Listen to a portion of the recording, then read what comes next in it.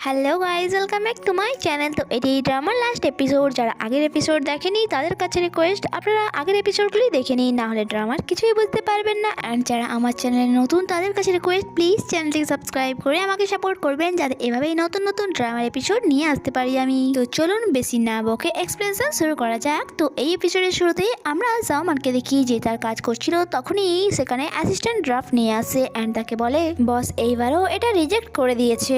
Miss Zaman, don't mind, but আমি আপনাকে একটা কথা জিজ্ঞাসা করতে পারি? আপনি আপনার ডেস্ক বসের অফিস থেকে বাইরে কেন করে নিলেন? যা শুনে জামান ভাবে লিনজিয়ান আর লুহাও আমার সামনে শো আপ করবে আর আমি ওখানে বসে বসে তা দেখবো।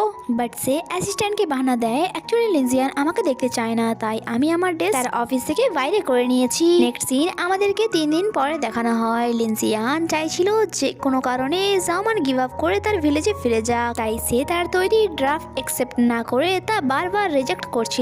বাট সে যখন দেখে এতদিন হয়ে গেল বাট জামান হার মানছিল না, তাই সে তার সাথে আরো বেশি রুড বিহেভ করে অ্যান্ড তার কাছে এসে বকা দেয় যে তুমি এই সামান্য ড্রাফটটুকু রেডি করতে পারছো না। যা শুনে জামানের অনেক বেশি খারাপ লাগে আর সে ভাবে আমি জানি তুমি আমাকে ইচ্ছে করে বুলি করছো। যখন কি সে এই ড্রাফটের উপর অনেকদিন ধরে পরিশ্রম করে যাচ্ছে, সে তাকে বলে আমি খুব তাড়াতাড়ি এটা ঠিক করে আমি তোমায় সেন্ড করে দেব। যা শোনার পর লিনজিয়ান তো সেখান দিয়ে চলে যায়। বাট জামান ভাবছিল যদি তুমি আমাকে এইভাবেই বুলি করতে থাকো তাহলে আমার মনে হয় খুব তাড়াতাড়ি আমি এখান থেকে আমার ভিলেজে ফিরে যাব।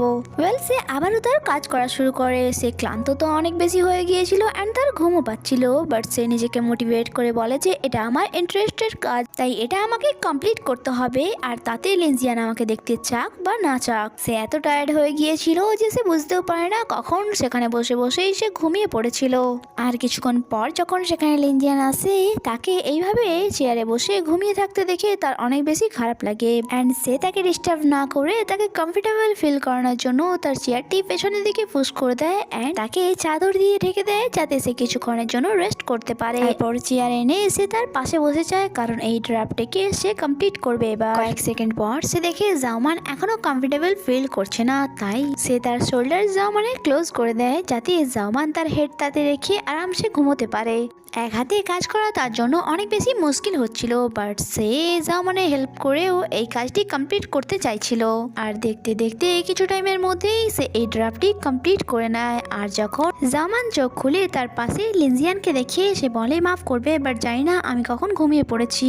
বাট তখনই তার মনে পড়ে যে লিনজিয়ান আমার পাশে বসে কি করছে, আর সে খুশি হয়ে জিজ্ঞাসা করে তুমি আমার পাশে এই জন্য বসেছো তাই না, যাতে আমি তোমার শোল্ডারে মাথা রেখে ঘুমোতে পারি। আর ভাবনা তো একদমই ঠিক ছিল। বাট লিনজিয়ান বলে বেশি হবার কোনো দরকার নেই, এমনিতেও অনেক বেশি রাত হয়ে গিয়েছে, তাই এখন বাসায় ফিরে যাও। জামান বলে না, কারণ আমি এখনো এই ড্রাফটটি কমপ্লিট করিনি। লিনজিয়ান বলে এটা আমি তোমার জন্য কমপ্লিট করে দিয়েছি অ্যান্ড নিজের ইমেলে সেন্ডও করে দিয়েছি, তাই তোমার এখানে থাকার আর কোনো দরকার নেই, তাই ফরেন এখনই উঠে বাসায় ফিরে যাও। এটা বলার পর লিনজিয়ান সেখান দিয়ে চলে যায়। জামান ওই ড্রাফটটিকে দেখে যে সত্যিই কি সেই ড্রাফটটি কমপ্লিট করে দিয়েছে, আর যা দেখার পর সে ভাবে লিনজিয়ান এত কমপ্লিকেটেড ড্রাফটটি এত কম সময়ের মধ্যে কমপ্লিট করে নিল। সে এতটাও খারাপ নয় যতটা সে দেখানোর চেষ্টা করছে। আর জামান এখানে অনেক বেশি খুশি হয়ে গিয়েছিল। তারপর আমাদেরকে নেক্সট মর্নিং এর সিন দেখানো হয়, যেখানে আজ অফিসে জামানকে এই প্রজেক্টটি প্ল্যানের সাথে ডিসকাস করতে হতো। জামান অনেক বেশি নার্ভাস ছিল, তাই লিনজিয়ান স্মাইল করে তাকে নিজের উপর বিশ্বাস রাখতে বলে, যাতে সে কনফিডেন্ট ফিল করে আর এই প্রেজেন্টেশনটি ভালো করে দিতে পারে। তারপর জামান প্রেজেন্টেশন শুরু করে, যা আগে থেকেই সে খুব ভালো করে রেডি করে রেখেছিল।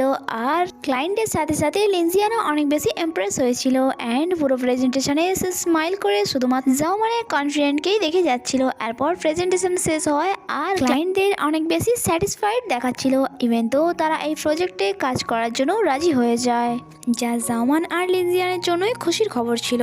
নেক্সট সিনে আমরা দেখি আজ একটি ইম্পর্টেন্ট মিটিং ছিল, বাট এখনো লিনজিয়ান সেখানে আসেনি। জামান অ্যাসিস্ট্যান্টকে জিজ্ঞাসা করে লিনজিয়ান কোথায় গিয়েছে, এখনো সে আসছে না কেন। অ্যাসিস্ট্যান্ট তাকে বলতে তো চাইছিল না, বাট জামানের বারবার জিজ্ঞাসা করার কারণে অ্যাসিস্ট্যান্ট বলে দেয় যে বস মিস লুহাওয়ের প্যারেন্টসের সাথে দেখা করতে গিয়েছে, কারণ আজ এঙ্গেজমেন্টের তারিখ ঠিক হবে। আর যা শোনা মাত্র জামান সেখান দিয়ে দৌড়ে চলে যায় লিনজিয়ানের সাথে দেখা করতে।